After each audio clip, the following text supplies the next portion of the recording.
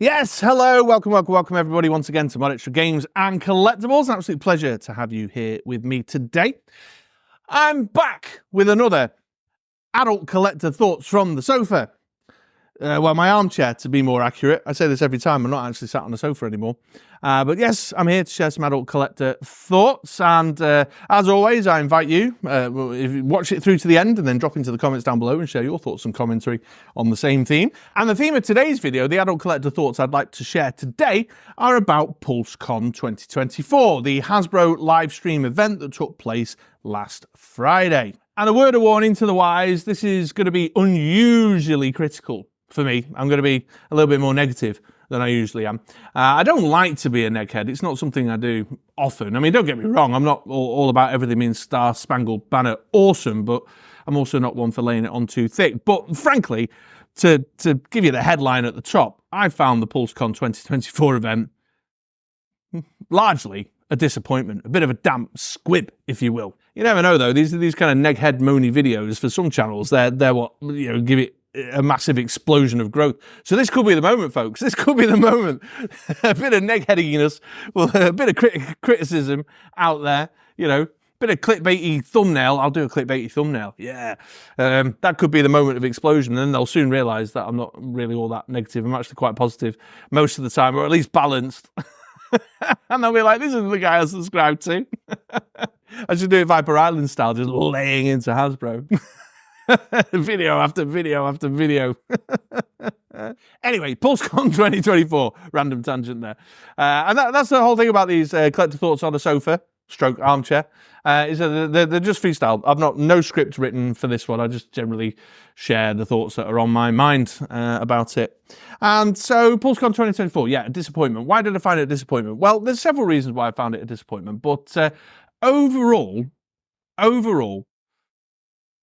there wasn't enough product on show. It wasn't as big an exciting event as I have felt. You know, the fan experience hasn't felt as just, I don't know, like big and exciting this year at all. I felt it was rushed. I felt they didn't really let the design teams and the marketing teams bring the character and the personality that they usually bring. And the product that was shown was all, you know, there was no exciting surprises or interesting insights. And they promised that. They said, oh, we'll give you some interesting insights. Well, you didn't. You know, nothing of that nature. You know, no surprises, no interesting insights. Just like, bam, here's the thing we want to sell you. Bam, here's the thing we want to sell you. Bam, here's the thing we want to sell you. Oh, Hall of Fame. Which I know a lot of people in chat were like, oh, I don't care about the Hall of Fame, give me more figures. I mean, the chat's a whole other ball game. You can fill videos talking about the fucking entitled, disgusting attitude and the just offensive comments that some people feel free to make while the stream's going on. That's a whole other ball game that I'm not going to dive into today, other than to say that some of you out there make me absolutely ashamed to be a part of this community, and I would never want to be associated with the absolute fucking bilge filth that comes out your mouth, and you should be ashamed as well, you twats. That's all I'll say on that one. I've lost myself now. Oh yeah, so then people will be like, you know, what are you going on about Hall of Fame? I actually appreciate that, but I like stuff like that, but in the tight time scale that they set themselves up for a fail. They set themselves up for a fail. And I mean, I suppose that's the crux of it all, really. The tight 20-minute segments, and then within that, all the time wasted within that 20 minutes because they couldn't let these passionate people with insights around the design and the work that they do to make these products that we love. And I'm a self-confessed, like 100%, I'm a Hasbro shill. Totally, I love their stuff. They didn't give it time, so all these missed opportunities, and yeah, that's the crux of it, really, which meant that it just felt like just an extended advert. Now, don't get me wrong, I'm not a dickhead. I understand that it is about products, that it is it's a marketing endeavor, the whole Pulsecon event. I'm not stupid enough to think that there's anything beyond that, like at its core. I get it.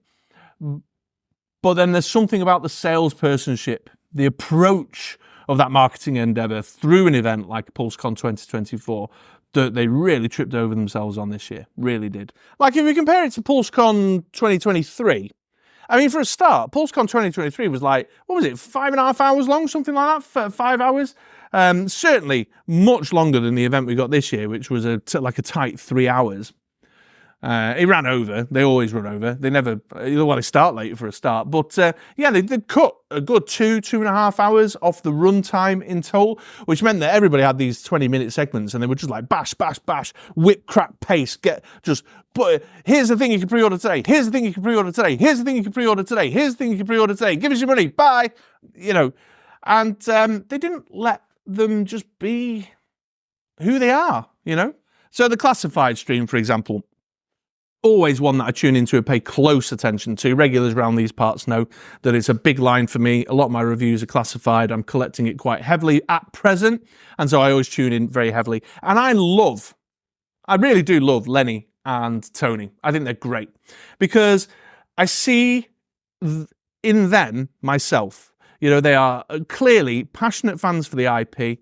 They put that passion and love into the design and the approach to the product. They don't always get it right. They miss the mark. We all make mistakes, but I see it in the streams. The way they talk about it, the way they reference the history, the way they discuss, get excited and giddy about like weird little design elements that they throw in there. Like Lenny's so excited sometimes. There was a little hint of it when he was talking about Dalto. He was talking about the swivel camera on the backpack, but he had no time to just express that passion and also give me those insights that I'm looking for. Those little tidbits around the design insights and the decision-making processes that they go through when they come to put it together to help me understand when it's nostalgia, when it's modern reinterpretation, or the mashup of both that they go about with classified. It was just like, BMAC was just, boom, show the figure, sell it. Show the figure, sell it. Show the figure, sell it. And it wasn't just BMAC, you know, that's not a criticism of BMAC.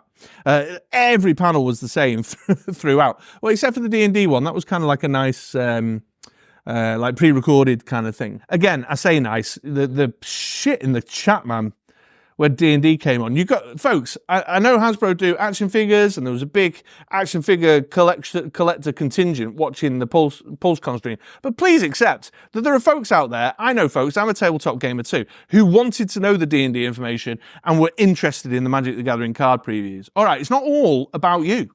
Okay, it's not all about you. Fucking hell. I got a real bee in my bonnet about the state of some of the comments in chat. It's just horrifying, absolutely horrifying. But I said I wasn't going to dwell on that. So anyway, what was I talking about? Yeah, the insights, the decision-making processes, just giving us that sense of, how they're approaching it and what they're doing and where they're getting to. And Classified is a great example of that because it's got a bit more freedom. Like the Black Series team are always a kind of a little bit handcuffed, aren't they? You know, with the Disney relationship and Marvel Legends to some degree too. You can sense a little bit of restraint that they have to show also. But yeah, to use the Classified stream for the examples, it was just this whip crap pace, and it also meant then that when there was other kind of side line tangent interest stuff that was going on, like the Wrath of Cobra video game, which seems to have been previewed a bazillion times for the last like 10 years or something. When is this game arriving? But anyway, like the Wrath of Cobra and the little tangent into the Skybound comics, like G.I. Joe Classified, because of the tight timeline and the way they were bashing through it, they missed the digital renders out. And last year, G.I. Joe Classified, even though it was the last segment of the whole Pulsecon 2023 event, and they were being rushed because there'd been some time running over that, we had like, 6 digital renders, some live figures, like last Pulsecon.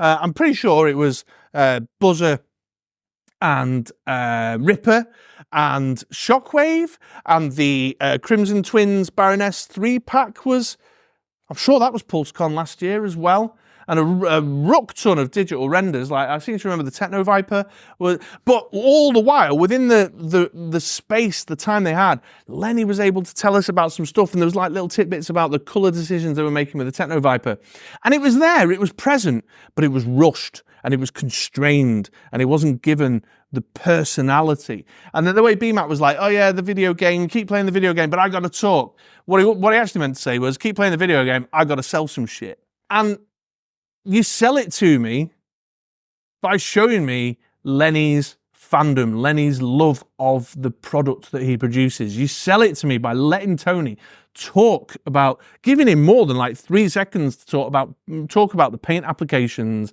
and the decisions that were made around that. You know what I mean? And I've got to be honest, I know a lot of people have criticism of Emily, but I missed Emily in that stream as well, because she brings a dynamic energy and she keeps that kind of that pace and rhythm about it, but allows the room for them to bring their personality into the narrative, and that wasn't happening. And I'm focusing on Classified because that's the one that I pay real close attention to. But I watched the whole event on and off. You know, kind of sometimes it was sort of background noise while I was doing something else or getting a bit of dinner because it was a segment I was less interested in. But it was the same for all of them. It was the same for all of them. I just felt like everybody was just punching out stuff, vastly reduced as well in terms of the amount of product that was shown and made available. So the excitement generation was low. I don't think in the sections that I particularly pay attention to, like Classified, Marvel Legends and stuff, I don't think there was anything that was shown that we particularly didn't have an inkling or even knew was on its way. Like, you know, we'd seen digital renders of the Classified figures. The Secret Wars stuff had been leaked weeks ago, you know, in sort of name-only leaks from somewhere.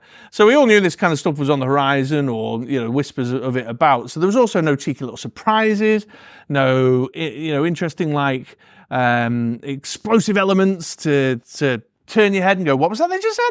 You know, nothing of that nature at all. And again, I think it boils down to the fact that they had a tight 20 minutes. And in that tight 20 minutes, we've got to sell some shit. So let's just sell some shit. Get some pre-orders launched, sell some crap, move on. But like this year, G.I. Joe Classified had Stardust, a convention exclusive, which we'd already seen at the San Diego Comic-Con anyway, 4 mainline releases, and then 2 digital renders that we got like just sort of farted out on social media at the end of the event. You know what I mean? Marvel Legends, a card-backed Secret Wars wave that's, you know, like basically repaints and reuse left, right, and centre. And all right, it's got a nice nostalgia factor to it. I actually appreciated the little lenticular shield thing as like oh yeah, I remember those. You know, I had some of them. But yeah, just bam, bam, bam, get the pre-orders done, make some money. Get the pre-orders done, make some money. And it just was not as engaging or exciting or energetic or dynamic as it felt like it was last year. And this has happened several times now this year. I felt like Yojo June was a bit meh. The San Diego Comic-Con stuff, I mean, there was a few bits in San Diego Comic-Con, but largely speaking, all that behind-the-scenes streams and stuff, panels just felt a bit meh as well, a bit dry. Again, you know, things are leaking, and so there's no surprises, there's nothing interesting and engaging. And the little tangents into other spaces like Wrath of Cobra video games or, you know, other cross-property stuff was all just either, like, not given its due or happened too quickly or non-existent at all. Do you know what I mean? And it's just like, you know. My Black Series spent ages on the Atras, the armor Atras, going on about the helmet, and that sucked like 7 minutes out of the thing. You know what I mean? Although we don't really talk about Black Series. I mentioned the other day that there was the Zizor figure that caught my eye. I was like, ooh, I might actually end up putting money down for a Black Series figure this year. Holy shit! And then I went and had a look at the promo photos in a bit more detail. I was like, yeah, no, spoke too soon. It was tempting for a brief second, but it still looks pants to me. I don't know. I know there's a lot of Black Series lovers out there. So if anyone from Hasbro is watching this, you know, an event of that nature needs to feel like an event. You need to have that dynamic energy about it. You will achieve your marketing aim of selling shit to me through the character and personality of the people who create the games. I suppose, yeah, with D&D and Magic the Gathering, create the figures. Like, what was that weird AI animation all about for Wrath of Cobra as well? You could have spent that whole segment just showing us a bit of the gameplay. Anyway, I'm starting to get caught in the weeds. But, you know, by shortening the time and just having that tonal shift in focus, actually counterachieved. You know, I'm walking away from that going, what was that? Rather than feeling the excitement and the energy I felt after last year. Like with my Joe Bros on Discord, I spent far less time sort of like excitedly chatting over the renders, and you know, I was able to turn around my pre-order and render reveal review super quick, because with the pre-orders we got, we'd seen the digital renders for, so I'd already gathered some thoughts about them anyway, and there were so few of them that I was like, yeah, we can get that out easy. Didn't have to spend a lot of time writing the script or thinking about it, you know. So the shorter time, but then also the character of what they're doing, and even when the panels, you know, when some of the design teams don't quite have the energy and character that I might feel I see in the likes of Lenny and Tony on Classified, you know, a good MC can help them through that, or a few pre-recorded little side bits that are well thought out and put together well, rather than just having an actress swoon over a helmet. I don't know. Anyway, I'm getting in the weeds. I'm running out of steam. But yeah, it was disappointing, really. It was disappointing, which is a shame, because I've got to say, I think those Classified figures that they revealed are pretty good. I pre-ordered 4 out of the 5 of them that they showed. And I actually thought, you know, the Secret Wars stuff for Marvel Legends, there are folks out there who were hungry for that, and they've given them what they want, and it just kind of didn't have the fanfare or the energy about it, you know, or the little Tatooine scene. Star Wars fan, I know Star Wars fans who love that little Tatooine scene, but again, didn't have the energy or the fanfare about it. And I think the fact that that's like not the first time one of these events has happened, so they've got a lot to do. You know, if 1027 is where some of the other speculated stuff in these lines is going to come up, then, you know, they need to have a bit of a think about the tone and the way they approach it, definitely, and about making it like less marketing-y, and let me sell you some pre-orders, and a bit more about let's share some products, let's let the designers talk, like that picture photography thing they did, and that, having Shooting the Galaxy on there. I thought that was actually pretty cool, but it wasn't cool in the way I wanted it. It was all just very kind of sanitized and a bit pedestrian. I would have loved to have had space in there for him to be able to talk about and say, hey, I know there's a lot of you guys take photos of your toys. Let me give you like a real insight into how I approach this and put this together and make these pictures. I'd have found that fascinating. Although again, there would have been a bunch of entitled, impatient folks in chat who would have been like, what are you letting this dickhead talk for? Show me some more toys. Honestly, shocking. So there you go. Let me know in the comments down below. I'd love to hear your thoughts. Did you find Pulsecon 2024 a bit of a disappointment like I did? Did you feel like it was rushed and too tight for time? Did you feel like the tone of it was too marketing-y and selling pre-orders and not enough of the kind of event that it should have been? Or am I entirely wrong? Tell me. And also, I suppose, because I did end up talking about it, how did you feel about that fucking dumpster fire of a chat? Were you one of the people making the comments in there? Am I entirely wrong on that? I don't know. I'm not sure I want to invite that type of comment down below. Might have to turn on the mod bot. Anyway, it's a pleasure as always, folks. I hope you found my thoughts and insights interesting. If you're not already subscribed to the channel, blah, blah, blah, blah, blah, like the video, all that stuff. But otherwise, I hope to see you around these parts again for another video sometime soon. All right, take it easy, folks.